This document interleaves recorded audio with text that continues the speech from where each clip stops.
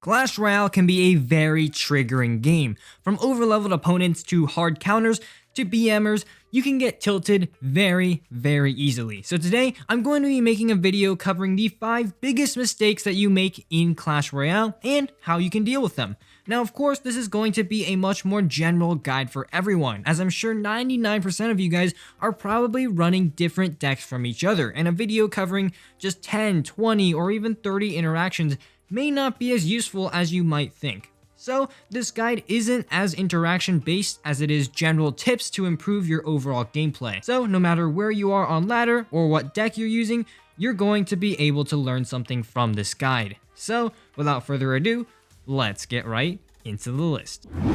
Number 5, consistent deck switching.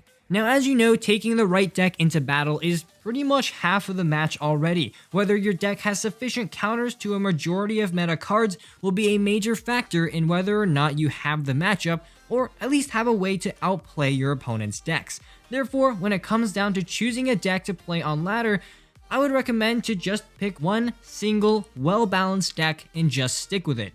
Sure, every once in a while you can sub out a card to see if it fits better, but for the most part, it's probably best if you stick to a single deck to play on ladder. This accomplishes 2 different things. First, by sticking to a single deck, you're going to probably get pretty good at it over time. A lot of you guys ask me how I get so good at Motorcycle and how I'm so comfortable playing the deck, and I have to say, the biggest reason is because I've played the deck for almost 3 years in a row. That's thousands of matches played with just one deck, and I'm sure you'll learn a thing or two with that kind of commitment. I say this as I miss a King Tower pull with the NATO, but don't worry, I still won the match. The second thing this accomplishes is that choosing one single deck means that you can level a deck up very quickly. I know overleveling is a massive issue on the ladder, but hey, it looks like the system probably isn't changing anytime soon, so you can't beat them? Join them. Focusing on leveling up just 8 cards instead of several different decks at the same time means that you can grind those levels out as quickly and as efficiently as possible, which also gives you a boost in the arena, because after all, on ladder, the levels do matter. Now, of course, I'm not saying that you should only play one deck in your entire Clash experience. This just leads to gameplay eventually becoming stale, to be completely honest with you. However, Clash Royale has many other options you can play that just are not ladder, where you're allowed to just screw around, play some fun decks, and so on and so forth. Party mode, global tournaments, special challenges, and even the occasional classic challenge are all ways to test any of your cards, any of your decks, and hey, if you find one that you particularly like, you can maybe even consider subbing it into your main ladder deck. I can confidently say that if you just main one deck on ladder and practice other decks and archetypes in other game modes, this will be the best way for free-to-play players who have no maxed accounts to gain trophies while also becoming a more versatile player. Number 4, playing on tilt. Tilting is one of the worst things you can experience in this game. You've been pushing up very slowly but surely over the past hour, and now you're just one win away from that new trophy high or that next trophy league, and all of a sudden you get hard countered and lose to a bad starting hand, all while being BM'd the entire time. Now, everyone gets affected by tilt to a different degree, but I mean, that's gotta hurt. And over the course of the next few matches, you begin to slowly drop and drop and drop. I'm guilty of this too, and from what I've read down in the comments is something that you guys experience all of the time. This is because you're playing on tilt. You're just frustrated at the fact that you lost, and well, frankly, your gameplay is beginning to take a hit. Now, my biggest suggestion to prevent tilt: simply take a break. This can be as little as 10 minutes, a few hours, a day, a week, a year. Nah, I'm just kidding, but seriously, even taking a quick break allows you to calm down and reset your brain so that when you come back, you're going to be once again back at full capacity. However, if you really don't want to take a break, and I get that, here's what I like to do. After each match, especially when I lose, I will go over that match one more time. May that be actually watching a replay at double or quadruple speed, or just replaying key moments in my head. Where did the match go south? What could I have done better? Even if I just lost the closest match in the world or just got outright hard countered, there's still something that you could have done better in that game. Find at least one thing and internalize it. Anything to allow yourself to quantify a loss so that it's not as personal. Then, heading into the next match, I always tell myself to play passive. When I'm on tilt, I tend to play much more aggressively, going way too hard on offense, leaving myself too dry on elixir for effective defenses. Throughout the match, I will consciously tell myself to play more passively, and I do find that it helps out quite a bit. Number 3. Having a negative mindset. Building off of the previous point of tilting, having a negative mindset going into a game is a surefire way to doom the match. Playing Clash Royale because you feel like you have to is a big no-no. This is why sometimes my ladder videos can be pretty spotty. When I don't feel like pushing and still try to force myself to make a video, I find myself losing a lot more and the videos will be much harder to record. So, when you're actually playing matches, make sure that you're in a relaxed mindset. Make sure you're not overexhausted, and make sure your fingers aren't greasy from that bag of chips you just ate. Now, in-game it's also very important to stay in this mindset, as losing a few matches is for sure going to cause you to begin slipping up here and there, like I mentioned earlier, resulting in large trophy losses over time.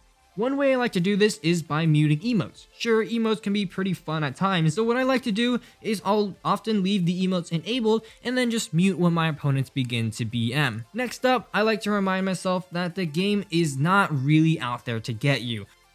As much as people say, and as many arguments have been made, matchmaking is not particularly rigged. Now before you go comment down below, here is exactly how Clash Royale's ladder matchmaking works. Ladder matchmaking is based primarily on two factors. The first, and it's pretty obvious, is trophy count. You're matched with a player with similar trophy counts. It's just how the system works. This is why you get matched up with overleveled players, because they simply have a similar trophy count and just happen to be searching for a match at the same time. The second factor is called the losers pool. Most players are in a main pool where they can all find matches against each other, but once you reach a losing streak of 3 or more, you're put in a losers pool where you get matched up against other players who also have a losing streak greater than 3. That's it. 2 factors, trophy count and losing streak.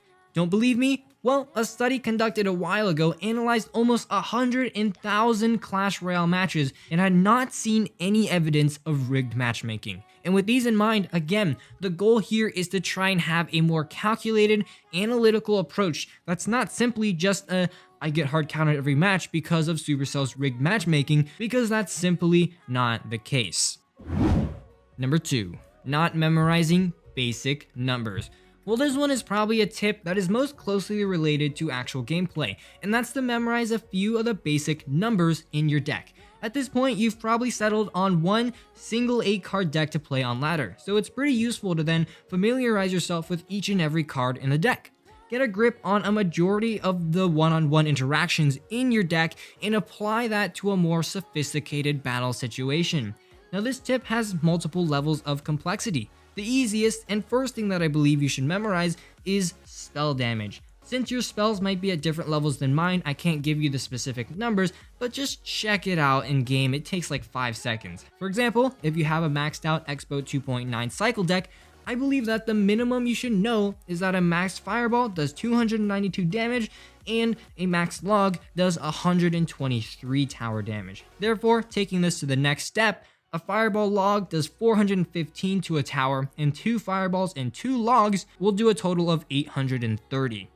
Once you get a little bit more advanced, you can go even further in depth. For example, in my mortar cycle deck, I know that a maxed mortar will do 321 damage per shot. So combining that with a rocket, I know that a mortar shot as well as a rocket will deal a total of 949 damage on a crown tower.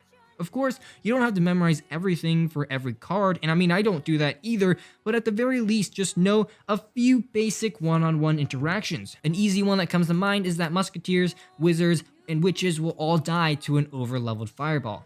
A lot of this just comes with experience, so don't get frustrated if the numbers leave you or you forget an interaction or two, but just keeping these stats in the back of your mind can give you that edge and just a bit more confidence in any deck. Number 1. Not subscribing to my YouTube channel. I'm just kidding. Number 1, playing completely on your own. Yes, I know, not everyone has the luxury of having friends, but what I mean by this is to use other resources to improve your gameplay. You're already watching this tip video on YouTube, so you're probably already a step ahead, but if you truly want to improve your game, then one of the best ways is to watch pro content and tip videos to help. Just to give a few examples, CWA brings pros on that features all types of deck archetypes. I do a mix of tip videos and ladder pushing videos, and other YouTubers such as Ernie C3, Bailey OP, and OJ have lots of great guides that you can go ahead and take a look at. In addition to that, on Twitter and Instagram, lots of pro players who are so good that they play this game for a living will share tips, gameplay, and matches that you can learn from. Also on the topic of pro players, esports events can also achieve the same thing. Events such as CRL or even smaller esports competitions such as the Brenchon Cup or the Red Bull MEO that's coming up real soon showcase top quality gameplay and strategy, some of which you can snatch for yourself in your own matches.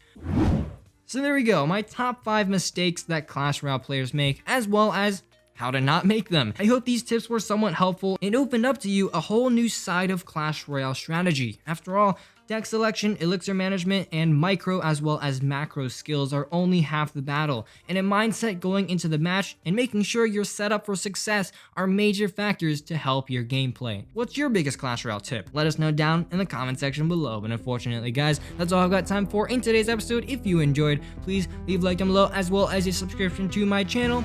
And as always, this is Legendaray, and I'm signing off. See you guys next time.